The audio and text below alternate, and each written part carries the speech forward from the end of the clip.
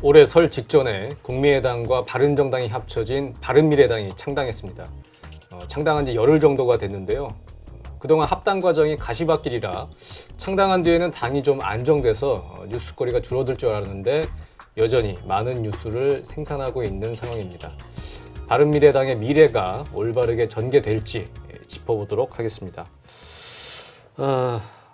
송경아 기자, 이제 바른미래당 출입인 거죠? 국민의당 출입하다가 예, 이제 야당팀, 야당반으로 이제 옮긴 건데 먼저 근본적인 질문을 해볼게요. 국민의당과 바른정당이 결합한 바른미래당 정체성, 정체가 도대체 뭡니까? 저도 그게 참 궁금한데요. 네. 바른미래당이 이번에 새로 만든 정강 정책 내용을 보면 지역과 계층과 세대를 뛰어넘은 합리적인 미래 개혁이라고 자기들은 나름 정리를 했고요. 보통 이제 어떤 기조를 표현할 때 뭐 진보나 보수나 뭐 중도 이런 표현을 쓰곤 하는데 일부러 그런 이념적 표현은 배제를 했다고 합니다. 근데 이제 이번에 대표가 박주선, 유승민 두 사람인데 두 사람이 대표직 수락 연설을 할 때는 좀 표현을 썼거든요.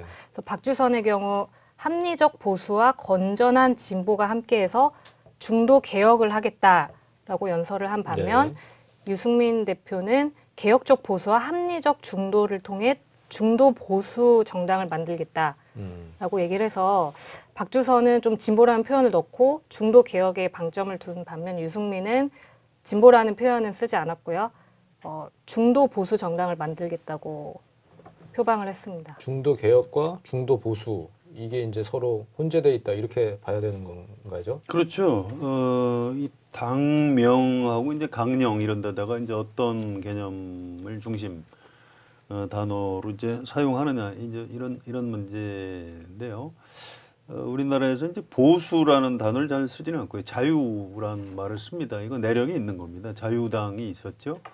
나중에 뭐 4.19로 무너졌기 때문에 이승만 정권, 독재 정권, 자유당 그럼 뭔가 좀 나쁜 이미지가 있습니다만 사실 자유가 굉장히 소중한 개념이에요. 오랫동안 이제 억압 체제, 전체주의에 신음하던 사람들이 이제 근대를 거치면서 그 개개인의 어떤 자유주의라는 가치를 중시하는 굉장히 이제 중요한 거죠. 그래서 영어로 이제 리버럴이라고 표현을 많이 하죠. 그래서 이제 유럽이나 이쪽에서도 이제 자유라는 당명을 사용한 적이 많습니다. 지금 자유한국당이 이제 자유를 사용하고 있는 거죠. 그다음에 이제 민주라는 단어를 많이 사용합니다. 지금 더불어민주당처럼 민주, 우리나라 이제 전통적인 야당, 민주당, 또 미국에도 민주당이 있죠. 그다음에 이제 진보, 지금 정의당이 진보정당이라고 봐야 되고요. 그런데 이제 지금 국민의당하고 바른정당의 정체성을 얘기하기 참 곤란합니다. 왜냐하면 뿌리가 좀 다르고요. 잘 아시다시피 국민의당은 뭐 좀 어떤 민주당 개혁 성향의 어떤 민주당의 어떤 대안으로서 출연했던 정당이라고 봐야 됩니다. 그래서 여기서는 도저히 보수라는 말을 받아들이긴 좀 어려운 겁니다.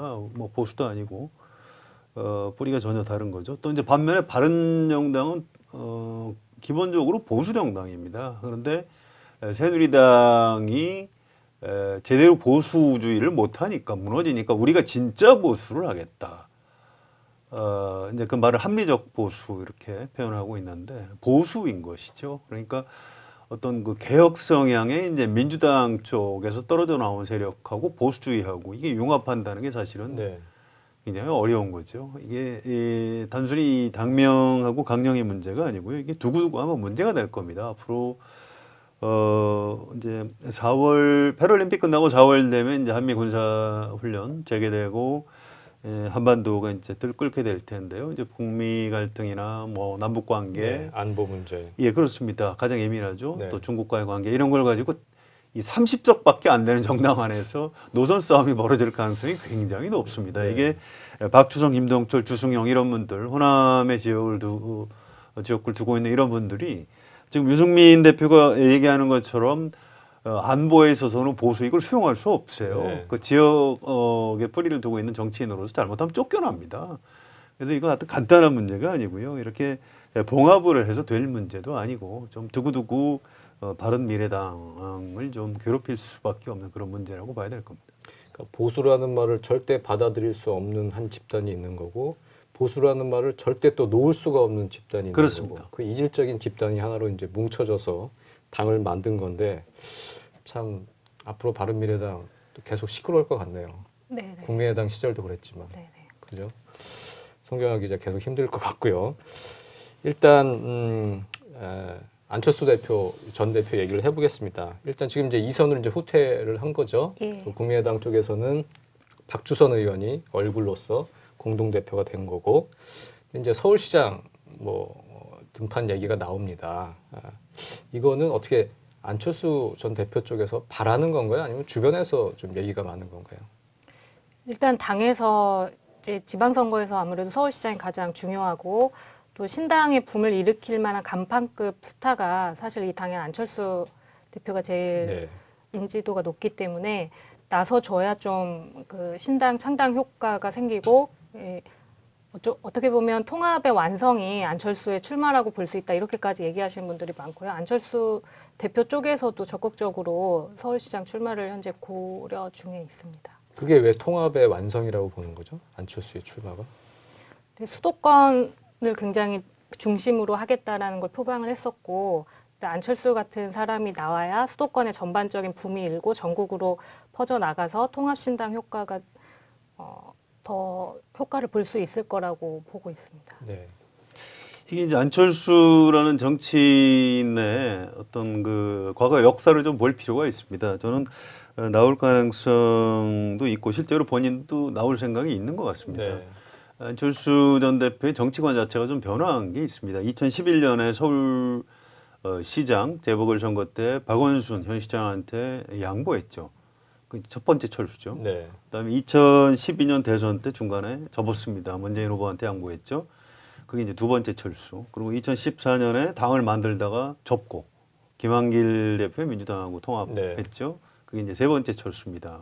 그렇게 해서 본인이 가지고 있던 정치적인 자산을 거의 다 까먹었는데 2016년에 독립해서 살림을 차려서 민주당에서 나간 것도 철수 아닙니까? 아닙니다. 그건 그렇게 보면 안 되고요. 정치적으로는 뭔가를 하는 것. 네.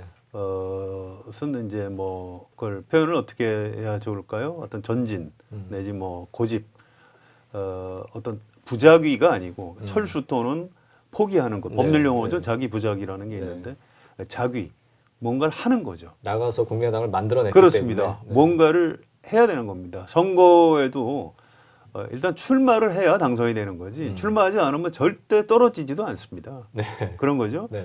그래서 안철수 대표가 2016년 총선을 통해서 큰 교훈을 얻은 겁니다. 뭔가 내가 해야 되는구나. 정치는 출마하는 거구나. 성공했죠.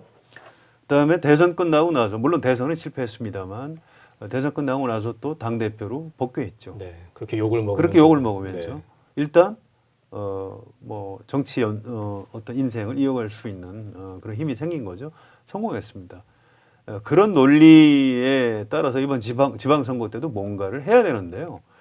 이제 서울시장 후보로 민주당에서 나온 민병도 의원 표현인데 재보궐선거에 나올 수는 없을 거다. 왜냐하면 노원병에서 국회의원 재보선을 하는 게 안철수 의원 때문에 네. 지금 하는 거고요. 그래서 그건 명분이 없다. 네. 그런데 그냥 선대위원장으로 아무것도 안 하면서 그냥 전국을 돌아다니면서 표를 달라. 이게 말이 좀 잘 안 될 것이다. 따라서 안철수 전 대표는 서울시장 후보로 나설 것이다. 이렇게 분석을 하고 있고요. 저도 이제 그 말이 일리가 있다고 생각합니다. 지금 뭔가 역할을 해야 하는데 당에서 요구하는 것도 서울시장이라는 가장 상징성이 큰 자리에 나가줬으면 좋겠다는 거고요. 또 본인도 역시 정치는 무언가를 해야 되는 거구나. 이걸 이제 깨달았기 때문에 이번 지방선거에서 출마할 가능성이 좀 높을 것 같습니다. 서울시장 선거에 나와서 떨어지더라도 그래도 그렇습니다. 의미가 있다는 거죠. 예, 당선이 되면 좋고 혹시 떨어져도 뭐 별 관계가 없는 거죠. 네. 사실 정치가 좀 본질적으로 그런 면이 있습니다. 네, 알겠습니다. 이것과 관련해서 안철수 후보가 서울시장 이제 후보로 나오면 자유한국당은 그러면 서울시장 후보를 내지 않고 경기도에 남경필 지사가 나오는데 또 바른미래당은 경기도에 후보를 내지 않고 뭐 이런 식으로 자유한국당과 뭐 연대가 가능하다. 이걸 뭐 묵시적 연대 뭐 이런 식으로 표현하기도 하는데 이게 어떻게 가능한 얘기인가요? 안철수 전 대표는 그동안 자유한국당과는 절대 손잡지 않는다 이런 얘기를 되게 많이 했었는데 좀 가능한 얘기인가요? 묵시적 선거연대. 일단 당사자들은 거세게 지금은 부인을 하고 있는데요. 당사자라는 건 안철수 안철수 쪽에서도 네. 그렇고 왜냐하면 지금 통합신당을 만든 게 제1야당인 자유한국당을 좀 주변화시키고 자기들이 제1야당이 되겠다는 게 목표인데 그들과 손을 잡는 건 말이 안 된다. 목적과 맞지 않는다. 이런 설명인데 지금 워낙 민주당 지지율이 높기 때문에 그 야권이 분열하면 필패라는 전망도 굉장히 설득력을 얻고 있어서 마지막에 어떻게 할지는 상황을 지켜봐야 될 것 같습니다. 묵시적 선거연대는 근데 안철수 대표 쪽에서 나온 얘기 아닌가요? 그렇지는 않고요. 예, 언론 쪽이나 정치 분석하는 이런 사람들이 얘기를 했고 최근에는 이제 김민석 민주연구원장이 묵시적 선거연대 이런 말 쓰고 있죠. 아무튼 명분은 없습니다. 정치를 시작할 때 오마이뉴스 인터뷰였죠. 한나라당 세력의 확장에 반대한다. 그래서 내가 정치를 하는 것이다. 뭐 이런 얘기를 한 적이 있고요. 또 2016년 총선 때 어떤 국민의당을 창당해서 총선에 뛰어드는 명분을 새누리당의 과반을 저지하기 위해서 한다. 이렇게 명분을 내세웠습니다. 그 말대로 됐죠. 또 이번에 이제 통합을 앞두고 통합 반대파들이 지금 보수 쪽으로 가겠다는 거냐 이렇게 막 몰아붙이니까 절대 그럴 일이 없다. 네. 자유한국당을 소멸시키는 것이 내가 이번 통합의 목표다 이렇게 설명을 하고 있습니다. 이렇게까지 얘기를 해놓고 뭐 묵시적이든 뭐든 선거연대를 한다는 것은 좀 말이 안 되고요. 명분이 너무 없는 거죠. 일단 본인과 안철수 전 대표의 그 측근들이 선거연대를 하지 않겠다. 이렇게 생각하는 거는 그건 진심이라고 봐줘야 될 겁니다. 네. 그런데 문제는 정치가 그렇게 어떤 명분만으로 이루어지는 것은 아니고요. 네. 현실적인 측면이 있는 겁니다. 여론조사에서 더불어민주당이 계속 앞서 나가고 지방선거에서 누가 봐도 문재인 대통령 소속되어 있는 민주당의 압승이 예상된다. 이렇게 되면 문재인 정부를 싫어하는 사람들 또는 야당 지지자들은 아이 손 잡아라.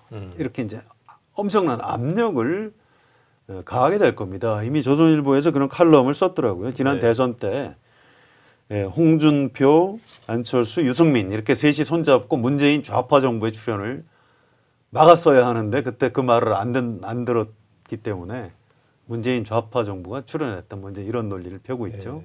턱도 없는 얘기. 말도 안 되는 얘기입니다만 아무튼 그쪽에서 이제 그런 주장을 하고 있고요. 이번 지방선거에서도 이제 그런 압력이 들어가고 또 유권자들의 상당수가 그런 선거연대를 요구를 할 겁니다. 유승민 대표가 우리 한겨레 TV 인터뷰할 때 어떤 조건부 연대 가능성을 얘기한 적이 있습니다. 민주당이 많이 앞서간다면 그 여당을 꺾기 위해서 선거를 치러보기 위해서 야권 연대를 할 수도 있다 이런 얘기를 한 적이 있는데요. 유승민 대표는 이제 정치가 이제 현실적 측면이 있다는 걸 좀 아는 사람이죠. 이런 이제 당 안팎의 어떤 여론과 당의 어떤 전략적 판단 이런 것들 때문에 막판에 선거연대가 뭐 본의 아니게 타의에 의해서라도 이제 이루어질 가능성 이런 건 좀 상당히 좀 높은 거 아닌가 이렇게 보입니다. 이제 이렇게 된 마당에 언론사에서도 계속 여론조사를 할 것이고 그렇습니다. 그렇게 해서 이제 1대1 구도가 됐을 때 상당히 해볼만하다 뭐 이렇게 되면 여론조사를 했는데 1대1 구도로 하면 해볼만하고 삼각구도로 3자 대결로 가면 야권 실패다. 분열로 민주당이 무조건 이긴다. 그러면 정치적인 결정을 할 수밖에 없게 되겠죠. 그 상황을 좀 지켜봐야 될 것 같고요. 일단 그 국민의당이 이제는 이제 바른미래당으로 가고 민평당으로 사실상 이제 분당이 됐습니다. 그렇게 해서 국민의당에서 같이 있을 때 내용은 이제 상당히 잦아들었지만 여전히 지금 비례대표 문제가 남아 있어요. 이상돈, 박주연, 장정수 비례대표 3인은 몸은 바른미래당에 있지만 같이 하지 않겠다 이러면서 국회 교섭단체 참여 서명을 거부하겠다 뭐 이런 얘기도 있었어요. 뭐 이건 어떻게 좀 정리가 됐나요? 뭐 그렇게 되면 같이 서명을 안 하면 교섭단체에 같이 참여를 안 하게도 된다 뭐 이런 얘기도 있었는데 어떻게 좀 정리가 됐습니까? 그 셋을 이제 트로이 목마 3인방이라고도 네. 부르는데요. 지금 몸은 묶여 있는데 자기들은 같이 활동하지 않겠다. 그래서 서명을 거부를 했는데 사무처에서 처음 이제 사실 이런 경우가 많진 않잖아요. 국회 사무처에서. 예, 네. 국회 사무처에서는 그럼 27명 먼저 등록을 하고 이제 국회 본회의장 자리 배치도 27명 그리고 3명 이렇게 나눠서 하겠다는 쪽으로 바른미래당에 통보를 했다고 합니다. 네. 그래서 당에서 굉장히 반발을 해서 결국엔 30명을 다 등록하는 것으로 예, 최근에 정리가 됐습니다. 본인들도 그럼 서명을 한 건가요? 아니요, 서명은 서명을 하지 안 않아도 그것과 상관없이 그냥 당에 소속돼 있기 때문에 예, 그게 가는 거다. 가능한 것으로 바른미래당에서 자료를 서치를 해서 지시를 했다고 합니다. 그러면 국고보조금 뭐 이런 것도 그냥 30석으로 그냥 고스란히 다 받는 네, 건가요? 네. 서명하는 건 이제 행정적인 요식 절차에 불과하고요. 이제 국회법의 어떤 기본 정신은 그렇게 한 정당이 한 교섭단체를 꾸리도록 이렇게 돼 있습니다. 네. 그러니까 지금 국회 사무처 유권 해석이 맞는 거죠. 네. 지금 나오는 얘기가 이상돈 의원이 민주평화당의 그 정책연구원장을 맡을 수도 있다 이런 얘기도 나오던데 사실인가요? 네, 당 지도부에서 이상돈 의원에게 제안을 한 상태고 지금 선관위에 이게 가능한지 유권 해석을 의뢰했는데 네. 정당법상 위배되는 것은 아니라는 판단을 받아서 지금 네, 유력하게 검토되고 있습니다. 바른미래당 소속인데 민주평화당 정책연구원장을 한다. 이것도 정말 사상 초유의 일이 될 텐데요. 네, 정책연구원장은 그동안 당원 아닌 사람들이 많이 한 경우가 있기 때문에 아마 가능은 할 겁니다. 그런데 정당법 정신에는 맞지는 않는 거죠. 이건 정치적으로는 해당 행위라고 보고 제명하는 게 맞는 겁니다. 과거에 이미경 전 의원이 국회 당론 투표할 때 반대를 했기 때문에 해당 행위를 했다 이렇게 해서 제명이 됐고 그래서 비례대표 의원직을 유지한 적이 있습니다. 이 의원직을 어떤 볼모로 잡아가지고 명백한 제명에 해당하는 행위를 했는데도 제명을 안 시키고 뭐 당원권 정지 뭐 이런 식으로 질질 끌고 있는 거는 이거는 명분이 없는 네. 것이고요. 결국 이제 장기적으로 근데 제도적으로 좀 어떤 어느 한쪽을 선택을 해서 손질을 해야 될 것 같습니다. 이게 양쪽에 다 일리가 있기 때문에 어느 한쪽이 다 옳다고 얘기하기는 참 쉽지가 않은데요. 당 지도부가 제명을 하게 되면 의원직을 잃도록 하는 것은 우리나라 현재 정당 풍토에서는 어렵습니다. 네. 그렇게 되면 당 지도부에서 비례대표 의원들을 완전히 파리목숨으로 네, 네. 생각을 할 가능성이 너무 높고요. 그래서 좀 문제가 있긴 하지만 스스로 탈당을 해도 의원직을 유지하도록 이렇게 제도를 바꾸는 것이 저는 옳다고 봅니다. 이게 정당 투표라고는 하지만 유권자들이 그 정당 비례대표 의원 명단을 보고 투표를 하는 거거든요. 그래서 그 개인에 대한 투표의 성격도 없다고 할 수는 없습니다. 그래서 물론 문제가 있긴 하지만 네. 그래도 제대로 어느 한쪽으로 정비를 한다고 하면 자진 탈당을 해도 의원직을 유지하도록 그렇게 하는 것이 옳다고 봅니다. 늦긴 했지만 바른미래당 차원에서 이제는 놓아줄 가능성은 전혀 없는 건가요? 없죠. 그건 없다고 봐야 될 겁니다. 왜냐하면 지금 그분들이 의원직을 포기하고 자진 탈당을 해주면 밑에서 의원직을 승계할 사람들이 그렇죠. 기다리고 있습니다. 3명이 있는 거죠. 그렇습니다. 네. 그 사람들의 이제 이해관계 때문에라도 바른미래당에서 그렇게 해주기는 좀 어려울 겁니다. 네. 지금 송경화 기자 이제 바른미래당 출입을 하고 국민의당 출입하다가 이제 옮겨갔어요. 근데 여전히 지금 이러저러한 이제 일이 이제 많이 생기는 것 같은데 어떻게 좀 많이 분위기가 좀 달라졌나요? 국민의당 시절과 바른미래당 시절 기자로서 느끼는 어떤 톤앤 매너 뭐 이런 좀 차이가 있나요?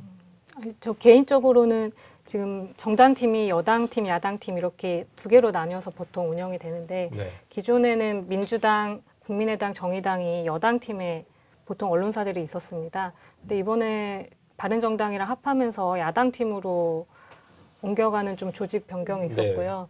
그래서 저는 전에는 민주당 의원들을 좀 많이 만났다면 네. 이제는 자유한국당 의원들을 취재를 해야 되는 변화가 생겨서 네, 각오하고 있습니다. 네. 그 이제 안철수 전 대표가 이 통합 반대파 갈등이 있을 때 통합 반대하는 사람들 향해서 뭐 민주당이 이중대 하자는 거냐 이렇게 얘기를 한 적이 있는데요. 지금 통합하고 나니까 당장 뭐 당신들은 자유한국당 이중대냐 이제 이런 비판을 받고 있고요. 의석 계산을 할 때 일반 국민이나 언론에서는 이 더불어민주당하고 이제 민주평화당, 정의당 이쪽을 합쳐서 네. 한 그룹으로 보고요. 또 자유한국당, 바른미래당을 더해서 또 한 그룹으로 보고 이제 이렇게 기사를 쓰는 거에 대해서 바른미래당에서 굉장히 좀 알러지 반응을 보이는. 네. 우리는 자유한국당의 이중대가 아니다 이렇게 이제 항의를 하는 이런 사태가 네. 벌어지고 있죠. 그런데 네. 어쨌든 정체성으로 보면 지금 문재인 정부에 반대하는 목소리를 낼 가능성이 이제 훨씬 높고요. 그런 정체성의 문제보다도 저는 6월 지방선거를 앞두고 과연 이 바른미래당이 자유한국당을 과연 대체하는 세력으로 성장할 수 있느냐 없느냐 네. 이 부분이 굉장히 큰 문제라고 봅니다. 대체하지 못하면 흡수될 가능성이 네. 높은 거죠. 그래서 지금부터 이제 한 2, 3개월 동안 이 바른미래당의 지지도가 어떻게 움직이는지 이걸 굉장히 좀 주목해야 될 것 같고요. 정경화 기자한테 하나 좀 궁금한 게 있는데 어떤 기자적 감각으로 볼 때 바른미래당이 지방선거 앞두고 어떤 자유한국당보다 지지도가 더 높은 이런 상황이 올까요? 아니면 그렇지 않고 자유한국당보다 지지도가 많이 낮은 상황으로 갈까요? 어떻게 예상하십니까? 아직까지는 뛰어넘기 어려울 거라는 생각이 드는데요.